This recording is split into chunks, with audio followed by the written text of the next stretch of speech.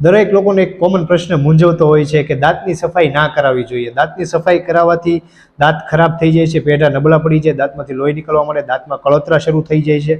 બધી વાત સાચી છે, પણ એ હકીકત ક્યારે બને છે તેના વિશે આપણે આજે ડિટેલમાં વાત કરીશું, લાઈવ પ્રૂફ સાથે વાત કરીશું. તો સૌથી પહેલાં જોઈએ કે ડેન્ટલ ચેકઅપ એવરી 6 મંથ કરવું જોઈએ. એવરી 6 મંથ તમે ડેન્ટલ ચેકઅપ કરો તો ક્યારેય તમારા દાંતના અને પેઢાના વચ્ચેના ભાગમાં ક્યારેય કોઈ પણ જાતનો ક્ષાર કે પોપડા જમા થતા નથી.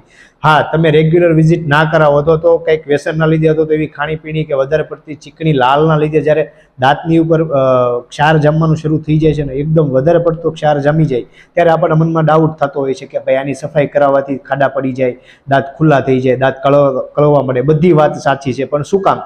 કારણ કે પોપડા એટલા બધા પ્રમાણમાં જામી ગયા હોય છે કે જ્યારે એને તમે સફાઈ કરીને મોઢામાં તમને દેખાય કે હવે એને કાઢવા જ પડશે, ત્યારે તમે કઢાવીને સફાઈ કરો એટલે એ એટલું બધું જામેલા પોપડા ખુલ્લા થાય છે એટલે દાંતનું ભાગ તે સમયે પેઢા અને હાડકા સાથે એકદમ નીચે ઉતરી ગયેલો હોય છે અને દાંત ઉગાડા થયેલા હોય છે, એટલે અંદરની દાંતનો ભાગ જેટલો પણ પોપડા કાઢવાથી ઉગાડો થાય ત્યારે એ કળતરા થતી હોય છે. પણ એવરી 6 મંથ તમે વિઝિટ કરાવતા રહ્યો અથવા તો ડૉક્ટર પાસે જઈને ડિસ્કસ કરતા રહ્યો, સફાઈ થોડી ઘણી જામે અથવા તો રેગ્યુલર ચેકઅપ કરાવતા રહ્યો તો પોપડા કાઢવાથી ક્યારેય કળતરા અથવા તો બીજી કોઈ પણ જાતની બીમારી થતી નથી. તમે અહીંયા જોઈ શકો છો કે અગાઉ 4 મહિના પહેલાં અમે કેસ શરૂ કર્યો હતો, એમાં જ એકદમ પોપડા જામવાના લીધે લોહી નીકળવું, મોઢામાંથી ખરાબ વાસ આવી અને દાંતનો દેખાવ ખરાબ હતો. સારવાર બાદ 4 મહિના પછી આજે તમે જોઈ શકો તો કેટલા સુંદર દાંત છે. ખાલી માત્ર ને માત્ર રેગ્યુલર ચેકઅપ અથવા તો કંઈ પણ અંદર જમા થાય છે તો એને પડ્યું ના રહેવા દો, કઢાવીને સાફ કરાવવું જોઈએ.